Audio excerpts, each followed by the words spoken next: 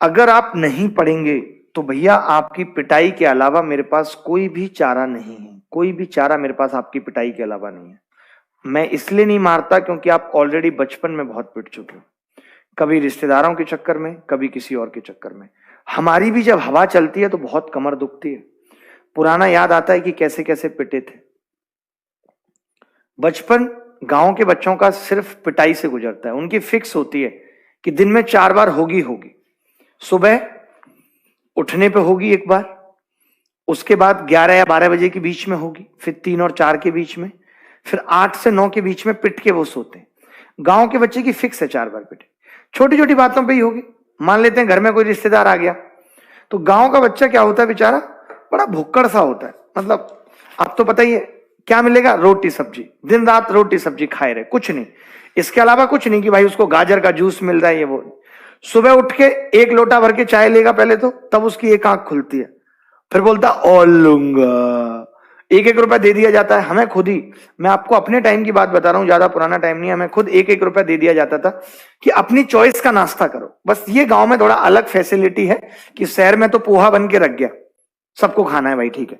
But गांव में क्या होता है, सबको 1-1 रुपया दे दिया जाता है, अपनी अपनी चॉइस का नाश्ता ले आओ। तो गांव में क्या होता है कि जब कोई रिश्तेदार आता है, जैसे, तो उसके लिए नाश्ता मंगाया जाता है पार्ले जी की बिस्किट। तो जो गांव का लड़का होता है वो ऐसे बैठ जाता है, ऐसे हाथ करके, और उसकी निगाह नाश्ते पे होती है। और रिश्तेदार भी चिढ़ाने के लिए भाई साहब बार बार पूछेंगे, बेटा लो लो, आप भी लो। अब वो रिश्तेदार की तरफ देखता है, फिर अपनी माँ की तरफ देखता है, माँ ऐसे आंख निकाल देती है। माँ को तो पता है कि यही बिस्किट का पैकेट उठा के रखना है अगले रिश्तेदार के लिए, तो वैसे आंख निकाल देगी, नहीं अंकल मैं नहीं लूंगा, अंकल नहीं, सॉरी अंकल नहीं, मैं नहीं लूंगा। मन कर रहा है अंदर से कि भाई मिले बिस्किट, लेकिन नहीं। और रिश्तेदार जानबूझ के चिढ़ा रहे हैं, जबकि उनके घर की भी सेम कहानी है। बच्चे की निगाह होती है कि नाश्ता उठ के अगर किचन में जाएगा, नाश्ता जैसे कई अंकल तो ऐसे होते हैं पूरा खत्म कर जाते हैं, कई छोड़ दिया बीच में, तो किचन में उठ के जाता है, तो लड़का धीरे से सरक लेता है किचन में, ऐसे करके सरक लेगा, कोई देख तो नहीं रहा, और भाई साहब किचन में जाके नाश्ता मार रहा है। गांव के बच्चे की बड़ी दर्दनाक कहानी। कोई उसको वीडियो गेम नहीं है खेलने के लिए कि आपने वीडियो गेम दे दिया और खुड़क खुड़क खुड़क, क्या गेम खेले गांव में।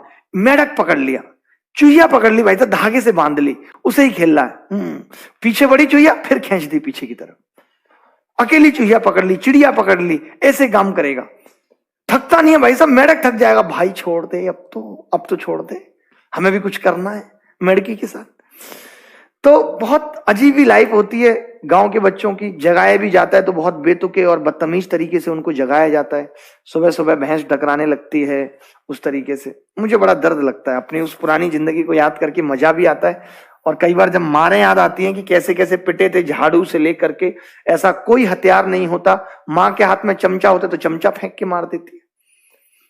हम तो सबसे ज्यादा पिटते थे, एक डंडा था हमारे घर में छोटा जिससे कुत्ते भगाए जाते थे, उस डंडे से भाई साहब जो हमारी पिटाई हुई है। कमर देखिए, अगर मैं दिखाता आपको तो अंदर की तरफ झुकी हुई है, और गांव में जनरली आपको मिलेगा सबकी कमर अंदर की तरफ झुकी हुई है, क्योंकि रीढ़ की हड्डी पे इतने डंडे पड़े होते हैं कि वो अंदर की तरफ हो जाती है। आप पूछ लेना, मेरा गांव रामपुर है और उसमें एक नरेंद्र जी थे, उनकी कमर ऐसे हो गई थी, क्योंकि बचपन में उनकी माँ ने उन्हें